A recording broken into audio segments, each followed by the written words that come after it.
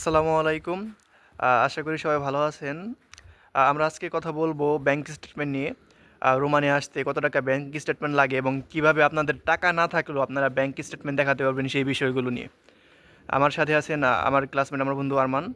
তো ও ওর অভিজ্ঞতা শেয়ার করবে। তো আরমান, ব্যাংক স্টেটমেন্ট নিয়ে তুমি কি শেয়ার করতে চাও? কত টাকা ব্যাংক স্টেটমেন্ট দেখালে রোমানিয়ার জন্য ভালো হয়? ব্যাংক স্টেটমেন্ট মূলত রোমানিয়ার জন্য আমাদের 10 থেকে 12 লাখ টাকাই এনাফ।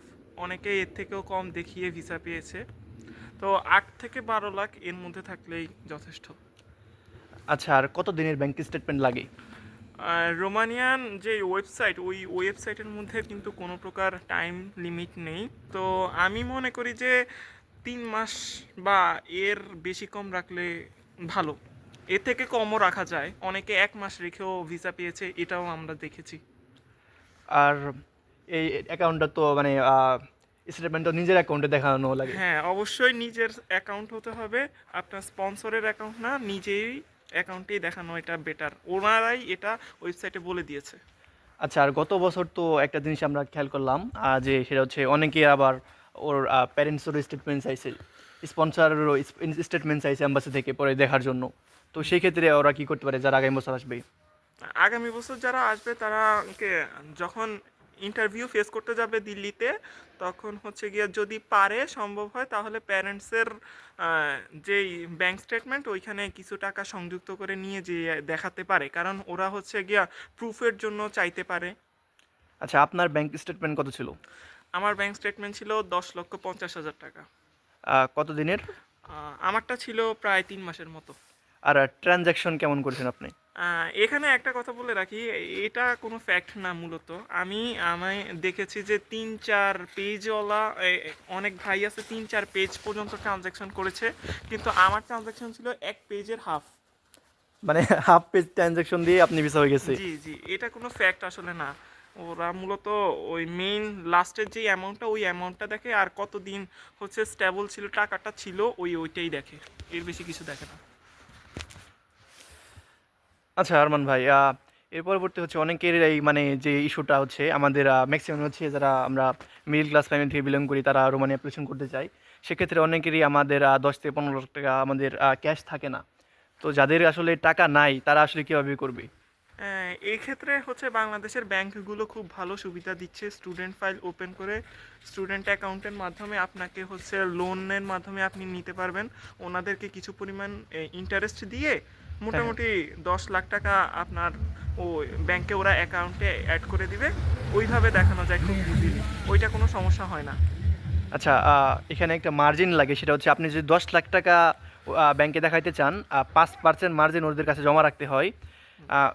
5% 10 লাখ টাকা, 50,000 টাকা যদি আপনার ব্যাংকে জমা রাখেন ওরা আপনাদেরকে 10 লাখ টাকা দেখিয়ে দিতে পারবে। হ্যাঁ, এবং এর কিছু ইন্টারেস্ট কাটে, আমি একটু অ্যাড করে দিই, সেটা হচ্ছে আপনি প্রিমিয়ার ব্যাংকে এই সুবিধাটা পেয়ে যাবেন। প্রিমিয়ার ব্যাংক এবং এনআরবিসি ব্যাংক, এনআরবিসি ব্যাংক, এই দুইটা ব্যাংক খুব এই ভালো। দুইটা ব্যাংক খুব ভালো, খুব স্টুডেন্ট ফ্রেন্ডলি। এই দুইটা ব্যাংক থেকে আপনারা খুব সহজেই আপনাদের স্টেটমেন্ট দেখাতে পারবেন।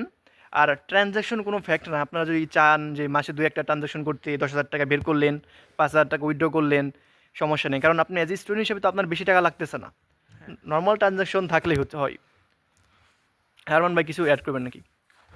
না, যারা সামনে ইন্টারভিউ ফেস করবেন, ভালোভাবে ইন্টারভিউ দেওয়ার ট্রাই করবেন, কারণ ইন্টারভিউই এই বছর সবচেয়ে ভালো, মানে যাদের ইন্টারভিউ ভালো হয়েছে তাদেরই ভিসা হওয়ার চান্স সবচেয়ে বেশি ছিল। আর যাদের হয়নি ইন্টারভিউ ভালো, তারা অনেকেই রিজেক্ট খেয়ে গেছে। সো ব্যাংক স্টেটমেন্ট নিয়ে আসলে প্যারা খাওয়ার মতো কিছু নাই। আপনারা যাদের কাছে টাকা নাই তারাও এনআরবিসি এবং প্রিমিয়ার ব্যাংক থেকে লোন নিয়ে আপনারা ব্যাংকে আর দেখাতে পারবেন। এই ক্ষেত্রে আমি একটা জিনিস অ্যাড করতে চাই, হচ্ছে ব্যাংকের যে মেলটা খুব সতর্কভাবে আপনারা রোমানিয়ান অ্যাম্বাসির মধ্যে পাঠাবেন, কারণ এইটার মধ্যে থেকে অনেক কিছু নির্ভর করে, এই জন্য ওইটা খুব সুন্দরভাবে দেওয়ার ট্রাই করবেন। আচ্ছা, ব্যাংক মেইলটা আমি ক্লিয়ার করি, সেটা হচ্ছে রোমানি এম্বাসির জন্য আপনি শুধুমাত্র ব্যাংক স্টেটমেন্ট নিয়ে জমা দিলে হয় না।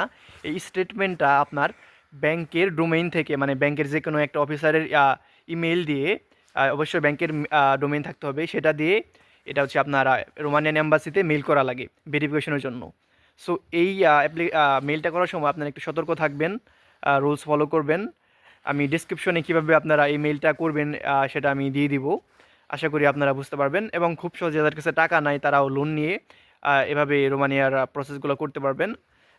খুবই ইজিলি প্রসেস, আপনারা এগুলো নিজেই করতে পারবেন। কি বলেন? জি, খুবই ইজি প্রসেস আসলে মেইনলি রোমানিয়ায় ভিসা অ্যাপ্লিকেশন থেকে শুরু করে সব কিছু খুবই ইজি। আপনারা স্টেপ বাই স্টেপ ফলো করলে খুব ভালোভাবেই আপনারা শেষ করতে পারবেন।